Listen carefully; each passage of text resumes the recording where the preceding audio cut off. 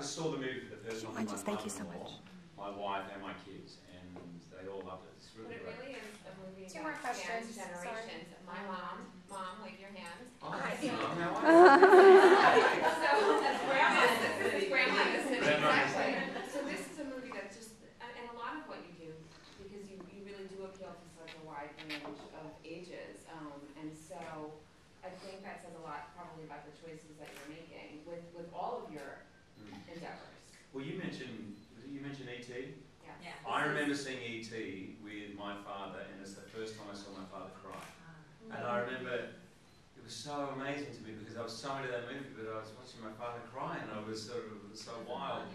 Yeah, and I kind of felt closer to him after that. And movies can do that when you're genuinely in a movie that appeals to everyone, and it's rare.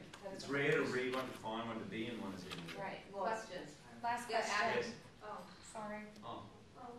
Go for it. Oh, okay. Hi, I'm Naima Sano with Living. So I took my son Jaden, who's 6, so I'm ready to see it. And now he officially wants to become a boxer. Does he really? Yes. What advice do you have for Jaden? Now he thinks he has to train with his dad every night. Go for it. You know, the good thing about boxing now, I train at a place here called Aerospace downtown. Some of you guys might know it. It's phenomenal. And lots of girls go there, guys of all ages. Well, we're all Go going now. Aerospace just got a big plug. It's the best, honestly, it's the best way of conditioning. And I think for boys, I don't know if you, first of all, they train you in a way where it's as though you're getting ready for a fight, so they give you the conditioning without being hit, basically. So as mum, you'd be happy about that. Yes. But, or, you know, Tiger Shulman is a great place to go here. My son used to go there. He's a yellow belt now in karate. But now there's real steel.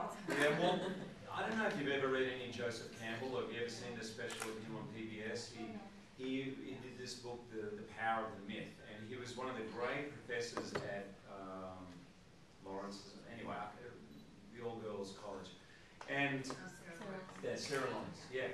And he's quite famous, and he said, he's a very soft, sweet guy, and he says one of the mistakes a lot of modern mothers make is saying to their kids, I don't want them to play football, I don't want them to box, I don't want them to do martial arts because it's dangerous for them. And he says what they fail to understand is somewhere in the DNA of all boys, it is there. And thankfully, you sort of grow out of it. But if it's not kind of exorcised in a way, then it comes out in other ways. Maybe video games, or you can even see when people barrack for a football team. You need to get it out. And in every culture that has ever existed, there has been some form of, it's really ritualized violence. It's some kind of rule-made sort of form of violence. And boxing is one of those, football is one of those. So, anyway. Pass that on. Enjoy that. Yeah. Hi, I'm Ginny, Last and I question, own a company sorry. called Mom to Mom's Advisor. I'm actually from the UK, but I have cousins growing up in Australia, so it's lovely to hear your accent. All right. My question is, considering you come from a place where you take your education anywhere in the world, as you know, it's a great education system, and now you're bringing up your boys in Manhattan, I assume, in a private school environment. Do you see yourself... Son and daughter. Son and daughter. My son's at a public school, my daughter's in a private school. Okay, do you see yourself being here up until college stage, when you have the option of having them being educated in Sydney? My son is 11, so up until he was 9, he was pretty much homeschooled. If we were somewhere for 6 months, he would go into school, and then I realised that wasn't supporting him, he needed to go, so that's why we settled here. I know a lot of actors who base their family in one spot and they will go off and act and come back.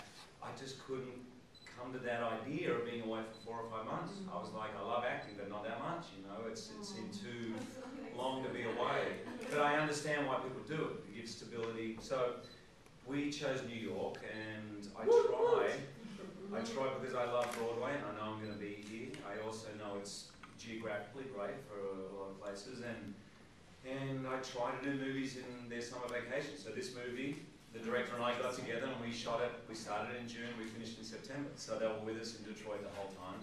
And then I try and do theatre like I'm doing now. Right. 2 weeks I'm going. Sure. I'm on 25th of October, I'm going back to Broadway, so I'll be for the fall here, and for me, that's ideal. It means they can be with me on vacation, and otherwise, we're here. Well, thank you That's so real much. dad. He has to go